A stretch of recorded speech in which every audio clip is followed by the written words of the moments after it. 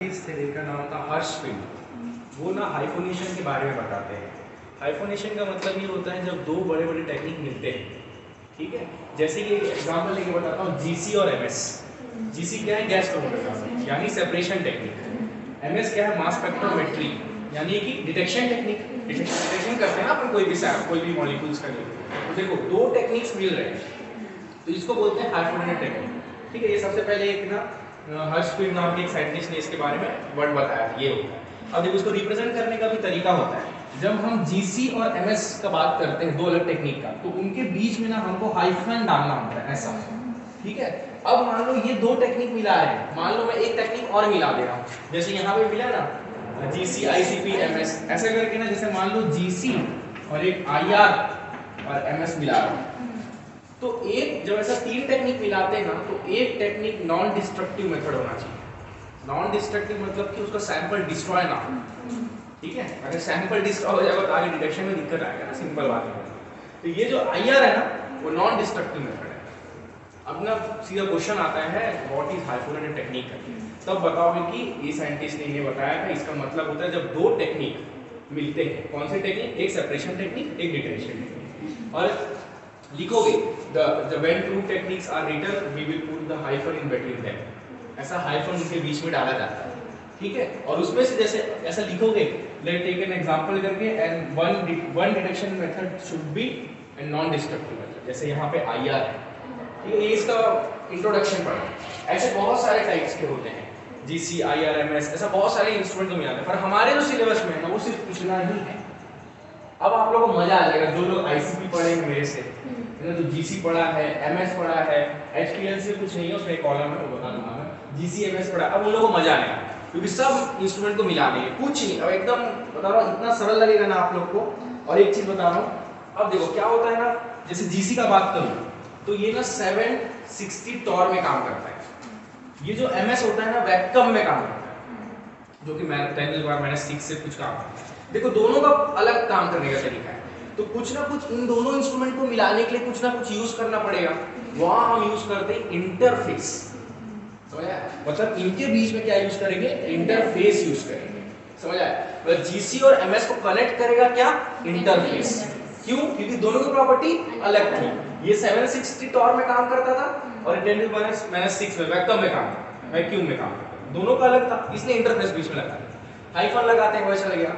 दोनों एक अलग टेक्निक है, दो टेक्निक को मिला रहे हैं, हाइफन टेक्निक बन रहा है, किसने दिया, सब पता चलिए। अब आएगा एग्जाम में व्हाट इज हाइफन टेक्निक, तो पूरा लिख दे।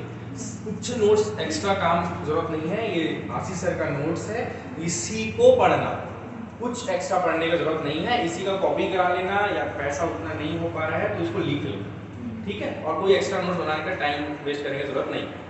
अब धीरे धीरे ना टॉपिक्स पे आता है, और ये इसलिए एडवांटेज है हमारे लिए। देखो एक सुपर फास्ट टेक्निक है, फट से हो जा रहा है, हम लोग को कोई काम करने की जरूरत नहीं, ऑटोमेटेड मेथड, सीधा सैंपल डालो, अपने आप काम होगा। और थोड़े से सैंपल में, थोड़ा सा सैंपल यूज करने से हमारा रिजल्ट हमको मिल रहा है और टाइम भी कम लग रहा है, ठीक है। ये इसका एडवांटेज है।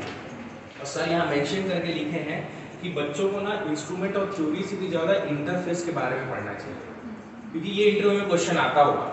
मेरे को ऐसा लगता है कि दो टेक्निक को मिला रहे, तो उसके बीच में कैसे मिला रहे, दोनों की तो प्रॉपर्टी अलग है, कुछ ना कुछ कारण से दोनों को इंस्ट्रूमेंट को मिला रहे होंगे, तो इंटरफेस के हेल्प से करें। और इंटरफेस के भी बहुत सारे टाइप होते हैं, बाद में पढ़ोगे, जेट इंटरफेस, सब कुछ पढ़ोगे, जेट इंटरफेस है। अब देखो पहला वाला टेक्निक पढ़ते हैं, यहाँ पे जीसीएमएस उस दिन बताया था, फिर बता दूं, कुछ नहीं, हम लोग पहले पढ़ चुके हैं। यहाँ पे एक मोबाइल फेस ले रहे हैं, पंप ले रहे हैं, ठीक है। पंप क्या करेगा? सीधा कांस्टेंट फ्लो में कॉलम में रन करवाएगा। हमको क्या पंप का नाम भी पता, पेरिस्टाल्टिक पंप, रेसिप्रोकेटिंग पंप, ऐसा दो तीन नाम भी पता है ना, ठीक है। अब कॉलम में आते हैं, कॉलम में क्या होगा? मोबाइल फेस रन करेगा, ऊपर से सैंपल पुट कर रहे हैं, इसके अंदर स्टेशनरी फेस प्रेजेंट है। अब कॉलम भी दो प्रकार के होते हैं, packed column, capillary column. Capillary column भी दो प्रकार के होते हैं, ओपन ट्यूबुलर कॉलम होता है, और फिर एक और होता है शायद प्लेन करके कुछ, ऐसा भी उसके भी टाइप्स होते हैं। जैसे क्या कॉलम भी दो प्रकार के, एक कैपिलरी कॉलम, एक पैक्ड कॉलम, पता होना है, ठीक है। ये पूरा ओवन है, यहाँ से ये थर्मोस्टेट से काम करता है, अंदर यहाँ से सैंपल डालते हैं, जो अब इसके ऊपर रन करेगा, जिसकी एफिनिटी अच्छी होगी उसे रिएक्ट करेगा, जिसकी एफिनिटी अच्छा नहीं होगा, जिसका रिएक्ट नहीं करेगा, वो सीधा बाहर निकलेगा। कहाँ जाएगा? इंटरफेस में। अब इंटरफेस भी दो चार एक नाम पता होना चाहिए। और मैं ना चार्ट सर इसमें बना के रखे हैं। मैं ना जेट इंटरफेस पढ़ के गया। जेट ऐसा 2-3 टाइप का नाम है। एक है वॉटसन बेमन इंटरफेस, है ना, एक है जेट इंटरफेस, ऐसा करके 2-4 नाम पता होना है। और एक का जेट इंटरफेस के बारे में थोड़ा सा बता देना अगर इंस्ट्रूमेंट पूछना है तो, ठीक है। अब आगे आते हैं मास स्पेक्ट्रोमेट्री। जीसी का काम खत्म हो गया, यानी ना सेपरेशन टेक्निक हो गया। अब आगे डिटेक्शन टेक्निक। मास स्पेक्ट्रो में क्या होता है, इंटरफेस अब यहाँ जो आएंगे, सबसे पहले यहाँ हीटिंग कॉइल रहता है, आगे आता है आयोनाइजेशन चैम्बर होता है, फिलामेंट लगा होता है। फिलामेंट क्या होता है, जब मैं हीट करता हूँ फिलामेंट से इलेक्ट्रॉन निकलता है, मॉलिक्यूल्स में टकराता है, तो जो फिलामेंट से इलेक्ट्रॉन निकल रहा है प्राइमरी इलेक्ट्रॉन, और जिस इलेक्ट्रॉन का निकल रहा है सेकेंडरी इलेक्ट्रॉन, ये दोनों इलेक्ट्रॉन बाहर निकल जाते हैं। तो अब क्या हो जाता है, मॉलिक्यूल आयन हो जाता है, इसलिए इसको बोलते हैं आयोनाइजेशन चैम्बर। मतलब यहाँ मॉलिक्यूल आके आयन बनने वाला है, ठीक है। आगे जाते हैं अल्टरनेट में प्लेट्स लगे होते हैं, पॉजिटिव प्लेट्स, नेगेटिव प्लेट्स, ठीक है। और वहाँ चार्ज के बेसिस पे सेपरेट होंगे। आगे जाएंगे मास एनालाइजर, बड़ा मास एनालाइजर यहाँ पे लगा होता है, मास के करके डिफ्लेक्ट करने, तो चार्ज मास बटे चार्ज रेशियो पे यहाँ डिस्ट्रीब्यूशन होता है। आगे आता है एम्पलीफायर में, डिटेक्टर में डिटेक्ट होगा, उसके बाद फिर फर्दर हमको ग्राफ फॉर्म में मिल जाएगा। ये पूरा जीसीएमएस का इंस्ट्रूमेंट है। अब ना प्रिंसिपल पूछता है, थ्योरी पूछता है। अब इंस्ट्रूमेंट पूछेगा तो इंस्ट्रूमेंट बना दिए, 5 नंबर में मान लो आ रहा है, तो 3 नंबर ना आपको इसी का मिल जाएगा। अब कैसे लिखोगे, मैं जैसे पहले बताया था, सबसे पहले क्या, पंप क्या काम कर रहा है, कांस्टेंट फ्लो में through out the chromatography technique चलेगा, ये बता रहे हो। 2-3 नाम लिख दिए। कॉलम में है, कॉलम भी बता दी, packed column, capillary column, 2 type के होते हैं। कॉलम के अंदर प्रेजेंट रहता है स्टेशनरी फेस, ठीक है। और सर इसको और डिटेल में बताया, पढ़ना पढ़ लेना, मैं जो बता रहा हूँ कम बता रहा हूँ, बहुत तगड़ा बनाया है सर नोट्स, है ना। इसके बाद फिर इंटरफेस। अब इंटरफेस का क्या बताओगे, वो भी 2-4 तरह के नाम बता दोगे, जेट इंटरफेस, वॉटसन बेमन इंटरफेस, ठीक है। अब इंटरफेस क्या है, जो एक 2 सेपरेशन टेक्निक को बीच में जोड़ रहा हूँ, ये काम कर रहा है, उसका बता दिए, 2 लाइन का, बस ज्यादा नहीं। इंस्ट्रूमेंट लिखने का तरीका बता रहा हूँ। मास स्पेक्ट्रम में आओगे, अब कुछ लोग क्या करते हैं ना, अब देखो ये जो सेटअप है ना, ये मैं खुद बनाया, ठीक है।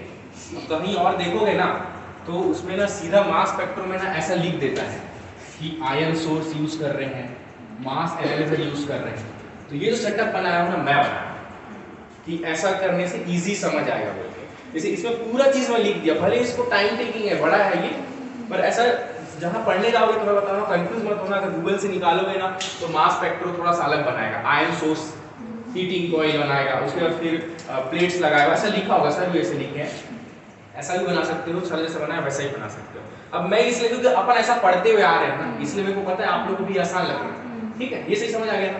मास स्पेक्ट्रम में बता दोगे, ठीक है, आयन चैम्बर है जहाँ पे आयनाइज होने वाला है मॉलिक्यूल, बस इतना ही लिखना है। The molecule will get ionized in ionization chamber, बस इतना, उससे ज्यादा कुछ नहीं लिखना। फिर अल्टरनेट में प्लेट्स लगे होंगे, वहां पे मास एनालाइजर होगा, फिर डिटेक्टर में डिटेक्ट होगा, एम्पलीफायर एम्पलीफाई करेगा और आपको ग्राफ, बस इतना ही इंस्ट्रूमेंट लिखना, और कोई बड़ा लिखने का जरूरत नहीं।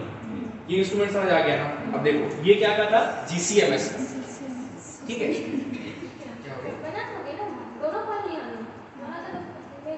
मैं इसको मैं ये बना के रखता हूं, ठीक है।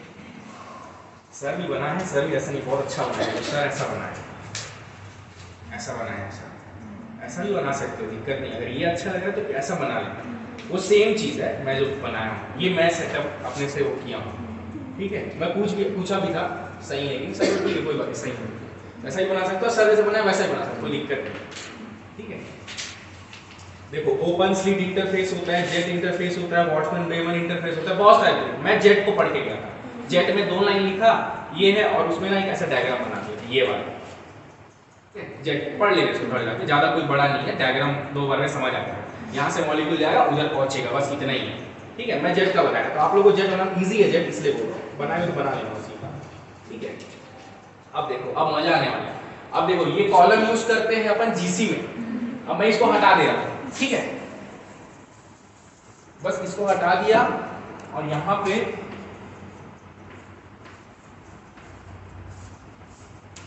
HPLC कॉलम लगा दिया, समझे, सब कुछ से पहला टॉपिक समझ आ गया।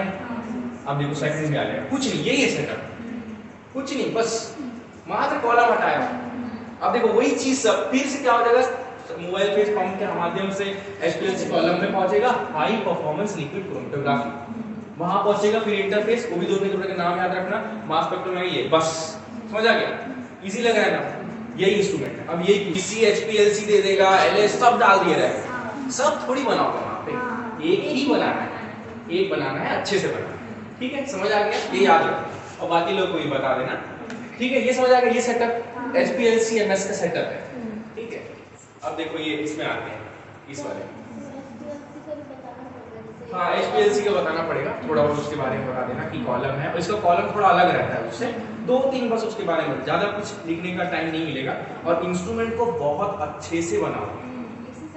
हाँ, ऐसा नहीं भाई तुम मास स्पेक्ट्रो को सामने ला रहे हो और इधर, ऐसा सब नहीं करना। यहीं से चालू करो, मोबाइल फेस से रन होके पहले सेपरेशन टेक्निक फिर डिटेक्शन टेक्निक आएगा, बीच में इंटरफेस। इसलिए ना ये ड्रॉ करने से पहले ना एक बार सर जो भी एग्जाम में लिखोगे तो क्या करना, जीसी बनाना अच्छे से, बीच में लिखना इंटरफेस, उसके बाद एमएस, ऐसा करके एक ड्रॉ करना, उसके बाद इसका सिस्टमैटिक डायग्राम बनाना, तो अच्छा लगेगा देखना। ठीक है, हाँ उनको भी कंफ्यूजन है, हाँ इनको अच्छा नॉलेज है। ठीक है, ये अपना सब टेक्निक बता रहे हैं वो अच्छा लगेगा, और ये बहुत इंपॉर्टेंट है क्योंकि सर का नोट से मेरे को नहीं लगता ये कहीं मिलेगा इंटरफेस के बारे में। ठीक है, हाँ सबके लिए अलग अलग इंटरफेस यूज होता है, एक एक इंटरफेस याद कर सकते हो सबके, एक एक नाम याद रखना, नाम जितना भी हो सकता है। जैसे हमको मालूम है पंप तो 4-5 तरीके के होते हैं ना, अब यहाँ पे हम लोग जो सैंपल डालते हैं है ना, इन कॉलम इन लूप इंजेक्टर बोलते हैं, है ना, ऐसा तो 2-3 नाम है ना अपना, इन कॉलम ऐसे कुछ 2-3 नाम है। जैसे कॉलम भी तो 2-3 है, packed column, capillary column, capillary column में 2-3 और आते हैं, ओपन ट्यूबुलर कॉलम आता है, पर इतने सारे कॉलम, पर अपन एक बता रहे हैं कि इतना टाइप का होता है। ठीक है, समझ आ गया?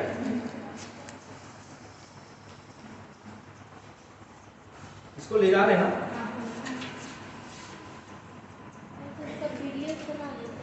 हाँ पीडीएफ बना लेना, काव्य इसको रख लेना। ठीक है, तो मैं क्या करूँगा इसको, तो ये रख लेना। अब देखो मजा आएगा आपको, अभी आप लोगों को जीसी पता है और आईसीपी भी पता है, आईसीपी टॉर्च कुछ नहीं है, जीसी बनाना है, उसके बाद टॉर्च बनाना है, उसके बाद एमएस का सेटअप कर देना है, बस एकदम सिंपल।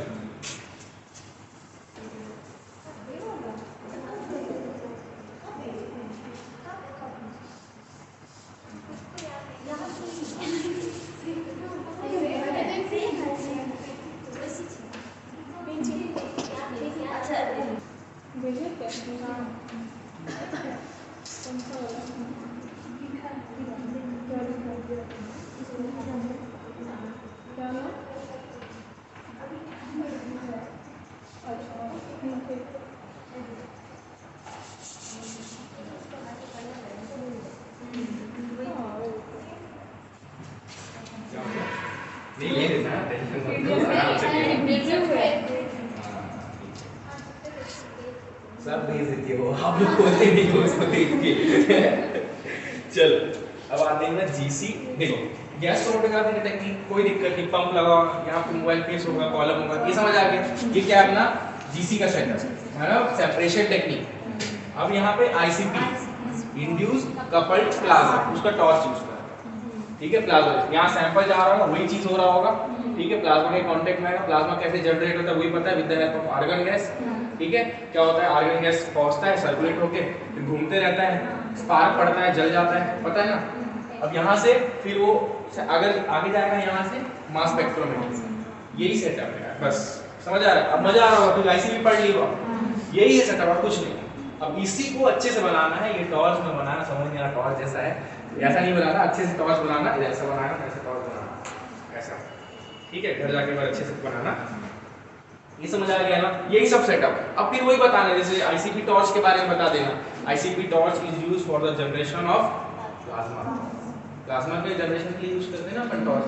पूरा सेटअप मालूम है आपको, पूरा पढ़े उसका, है ना। आर्गन गैस यूज करते हैं, कैसे क्या हो रहा है सब बता दें। ठीक है, और यहाँ पे हीटिंग का मैं वो भी बताया, कौन सा ज़्यादा टेम्परेचर वगैरह रहता है उसका सीखे हैं वो भी, वो सब पूरा बना देना जितना कम लिखना पर अच्छा लिखना। अब देखो ये भी हो गया। ठीक है, अब देखो यहाँ पे आ गया HPLC।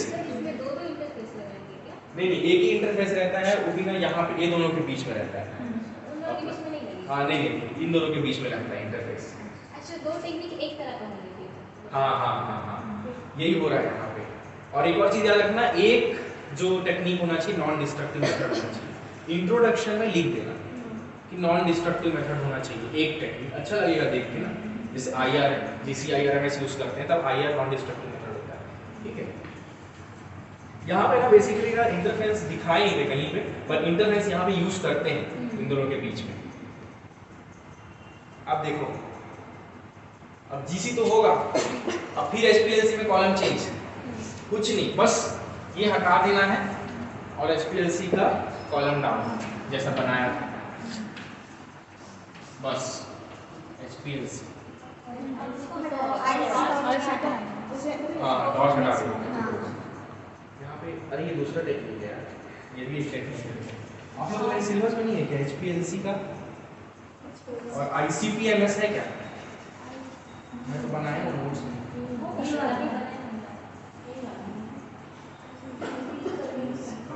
हाँ ये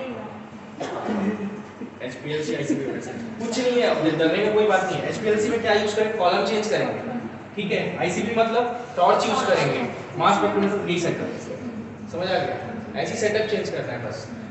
ये पूरा हाइपर टेक्निक समझ आ गया, ये पूरा यही खेल है।